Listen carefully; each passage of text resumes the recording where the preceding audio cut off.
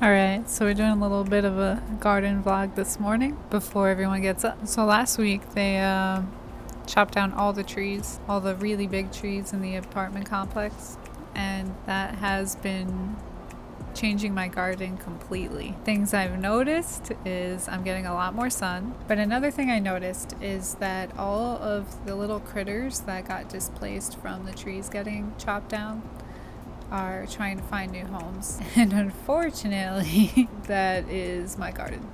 So I'm having a lot of giant lizards pop up in my passion fruit plant. It'll be 4 years this year since I've planted the seed for that passion fruit plant, so I'm hoping that I get some passion fruits this year. So another thing I noticed in the garden is there's a surge of aphids and other like plant diseases. I have some brown spot on my basil and things that I'm probably just gonna have to go through and cut away. Something that's given me more confidence to do that is a recent conversation I had with Dr. Gary Studi, which you guys can check out on the podcast.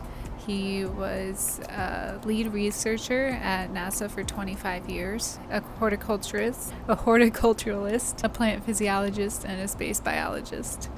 So he helped grow stuff on the space station, basically. He was in charge of that.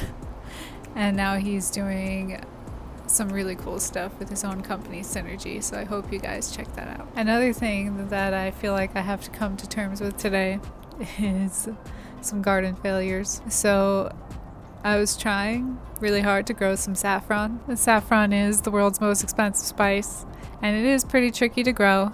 I think it's a little too wet here. Hopefully the bulbs didn't rot and I can try again. I'm not really sure what went wrong.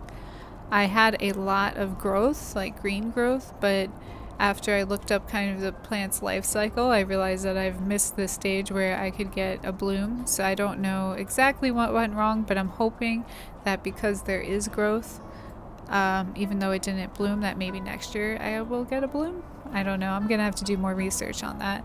But one good thing about planting a bunch of things at once is that you're going to get some failures, but you'll have some successes. So I've been having really good success with my jalapenos and my Tabascos, although they were fixing a water main break and someone came and took all the ripe Tabasco peppers. So I hope their Tabasco sauce comes out good, because that's what I was trying to save mine for. One thing that really made me smile the other day is I found a volunteer yard long bean. I love yard long beans.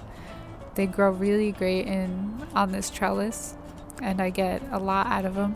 I use them mostly for stir fries. I recently went to Mounds Botanical Garden and I got some really cool apple mint. When you first smell it, it smells like apple, like a fresh green Granny Smith apple.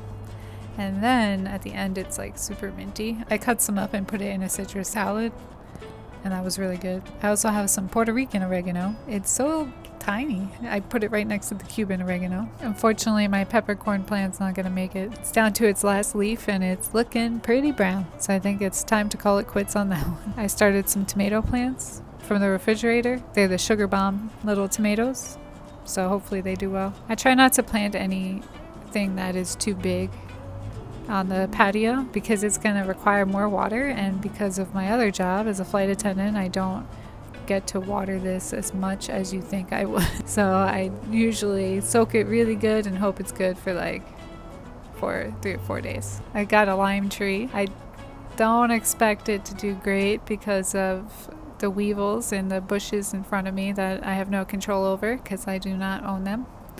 But I'm going to try. One thing I'm trying to get into to kind of beautify the space and make it smell better, not that it smells bad, but, I am in the middle of a parking lot, is edible flowers. So the first edible flower to bloom in the garden is, I don't know how you say it, it's either borage or borage, but it's beautiful little blue flowers.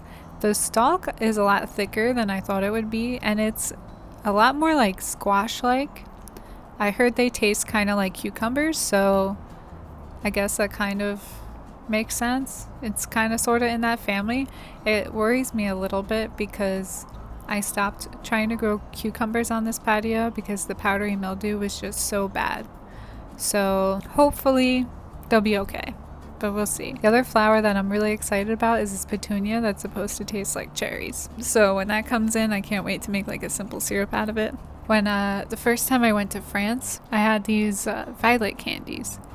And that was the first time I really had like eaten a flower other than something like lavender. But it was the first time I had this idea that you could actually eat flowers. It seems like it's too warm actually to grow violets here.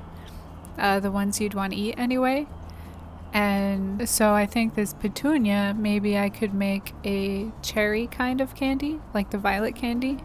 But we'll see how it goes. Either way, I'm sure it's going to smell really nice on this patio. You know, one of my favorite other gardening podcasts that inspires me is Roots and Refuge. And I love how she says to make your waiting room your classroom. And you can definitely see that I'm doing that here. Thanks for hanging out with me outside the kitchen, and I'll see you next time at Chef Grace's place.